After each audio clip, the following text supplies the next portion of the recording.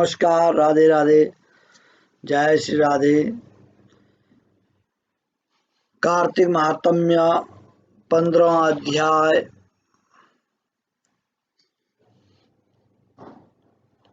14 नवंबर 2020। आज दीपावली का शुभ पर्व। दीपावली की आप सभी को बहुत बहुत शुभकामनाएं, बधाइयाँ। सबके घरों में लक्ष्मी का वास हो, सुख समृद्धि हो और सभी लोग दीपावली का पर्व धूमधाम से मनाएं। साथ ही अपने स्वास्थ्य का ध्यान रखें, कोरोना से बचें। कार्तिक महात्म्य का 15वां अध्याय। गुरु ब्रह्मा गुरुर्विष्णु गुरुर्देवो महेश्वर, गुरु साक्षात् परम ब्रह्म तस्मै श्री गुरुभ्यो नमः। सर्वमंगलमांगल्ये शिवे सर्वार्थ साधिके, शरणे त्र्यंबके गौरी नारायणी नमोस्तुते। सर्वबाधा विनिर्मुक्तो धनधान्य सुतान्वितो, मनुष्योन्मत्प्रसादेन भविष्यति न संशयो। महालक्ष्मीश्च विद्महे विष्णुपत्नी च धीमहि, तन्नो लक्ष्मी प्रचोदयात्। बोले कार्तिक महात्म्य की जय, कार्तिक मास की जय। राजा पृथु कहने लगे कि हे नारद जी, भक्त वत्सल भगवान की पूजा का इतिहास सुनाओ। तब नारद जी बोले कि हे राजन, एक पुरातन इतिहास कहता हूँ, सो सुनो। पहले चौल नाम का एक राजा कांचीपुर में राज्य करता था। उसके राज्य में कोई भी दुखी, पीड़ित तथा दरिद्री नहीं था। सारी प्रजा अत्यंत सुखी थी। उस राजा के नाम पर उस देश का नाम चौल देश पड़ा। एक समय वह राजा बड़े बड़े मणि युक्त से भगवान की पूजा करके वही मंदिर पर बैठ गया। उसी समय उसी नगर के विष्णु शर्मा नाम वाले ब्राह्मण ने बहुत से तुलसी दल और जल से भगवान की पूजा की। उसके तुलसी दल से राजा द्वारा भगवान पर चढ़ाए गए मणि, मुक्ता, हीरे, मोती आदि सब ढक गए। यह देखकर राजा ने कुछ क्रोधित होकर के ब्राह्मण से कहा कि हे विष्णु शर्मा, तुमको पूजा का कुछ भी ज्ञान नहीं है। तुमने मणि मुक्ताओं से की गई मेरी पूजा को, शोभा को तुलसी दलों से ढक कर समाप्त कर दिया। तब विष्णु शर्मा कहने लगे, हे राजन, तुम अभिमान से युक्त हो, इसी कारण भगवान की पूजा को नहीं जानते। ब्राह्मण के यह वचन सुनकर राजा बड़े गर्व से कहने लगा, हे ब्राह्मण, तुम स्वयं दरिद्री हो, इसलिए भगवान की क्या पूजा करोगे? क्या तुमने भगवान का कोई स्थान बनाया या कोई यज्ञ आदि किए? मैं सबके सामने कहता हूँ कि देखे, भगवान की भक्ति करके तुम पहले स्वर्ग में जाते हो या मैं जाता हूँ। इतना कहकर राजा ने गुंगुल ऋषि को आचार्य बना करके बड़े बड़े यज्ञ आरंभ कर दिए। साथ ही ब्राह्मणों को बहुत सा द्रव्य दान देने लगा। विष्णु शर्मा भी सदा की भांति भगवान का पूजन करता रहा। उसने 5 नियम लिए। माघ तथा कार्तिक के व्रत, तुलसी वन रोपण, एकादशी का व्रत तथा ओम नमो भगवते वासुदेवाय इस मंत्र का जाप, साथ ही दिन रात भगवान का कीर्तन करने लगा। चलते फिरते उठते बैठते सदैव भगवान का स्मरण करता रहा। एक समय भोजन करता। एक दिन विष्णु शर्मा ने रसोई बनाई तो कोई खाना उठाकर ले गया।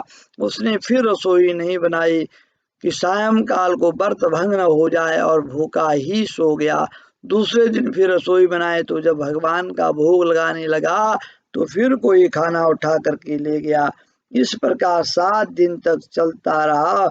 यद्यपि विष्णु शर्मा भूख के मारे व्याकुल हो गया, परंतु अपने सत्संग के समय के भंग न हो जाने के भय से दूसरी बार रसोई नहीं बनाई।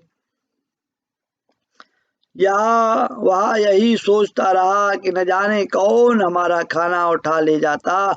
भक्तों के इस आशय को छोड़कर जाना भी उसने ठीक नहीं समझा। फिर सोचा, अच्छा आज मैं पूरी तरह ध्यान रखूंगा और देखूंगा कि कौन खाना उठा करके ले जाता।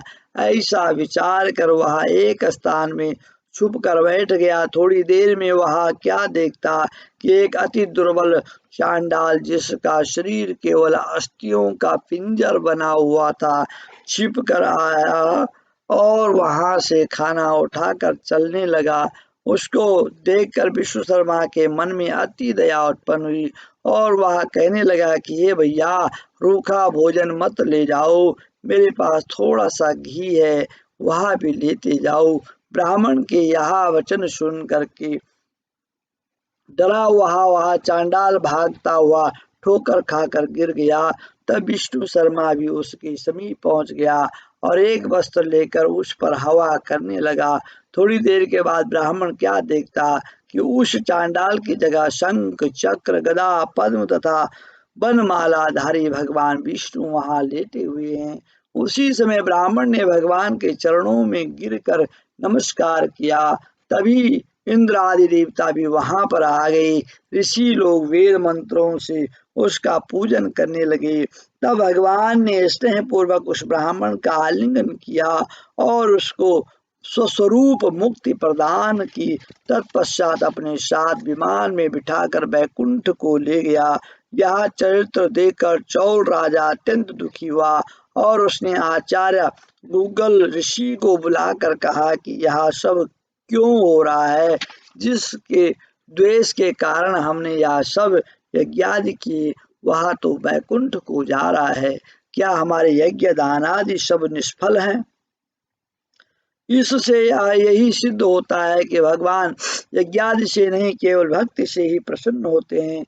राजा आजीवन ब्रह्मचारी रहा था, इस कारण उसके कोई संतान नहीं थी। अतएव अपना सब राजपाट, धन आदि अपने भांजे को सौंप कर भगवान मुझको स्थिर भक्ति दे, ऐसा कहकर अग्निकुंड में कूद गया। यह देखकर गूगल ऋषि ने क्रोध में आकर अपनी शिखा चोटी उखाड़ ली। तब से अभी तक चौल देश में भांजा मामा का उत्तराधिकारी होता है और आज भी गूगल गोत्र के ब्राह्मण सिर पर शिखा नहीं रखते। राजा के अग्निकुंड में गिरते ही भगवान अग्निकुंड में प्रकट हो गए और उसका आलिंगन कर उसे स्वस्वरूप मुक्ति प्रदान की। इसके पश्चात विष्णु भगवान के विष्णु शर्मा को पुण्यशील तथा चौल राजा को सुशील नामक अपना द्वारपाल बना दिया। इस प्रकार से श्रद्धा और भक्ति विश्वास के साथ में जो भगवान का भजन, चिंतन, कीर्तन, मनन, स्मरण करता है, भगवान उसको अपना धाम, अपना बैकुंठ, अपने बैकुंठ में उनको स्थान देते हैं। इस प्रकार से कार्तिक महात्म्य, कार्तिक व्रत और कार्तिक में तुलसी पूजन का बहुत बड़ा महात्म्य है। इसी प्रकार से श्रद्धा भक्ति से कार्तिक महात्म्य सुनना चाहिए और कार्तिक मास के नियम लेने चाहिए। बोले कार्तिक महात्म्य की जय, कृष्ण बलदेव की जय, सत्य सनातन धर्म की जय। दीपावली महापर्व की आप सभी को बहुत बहुत शुभकामनाएं।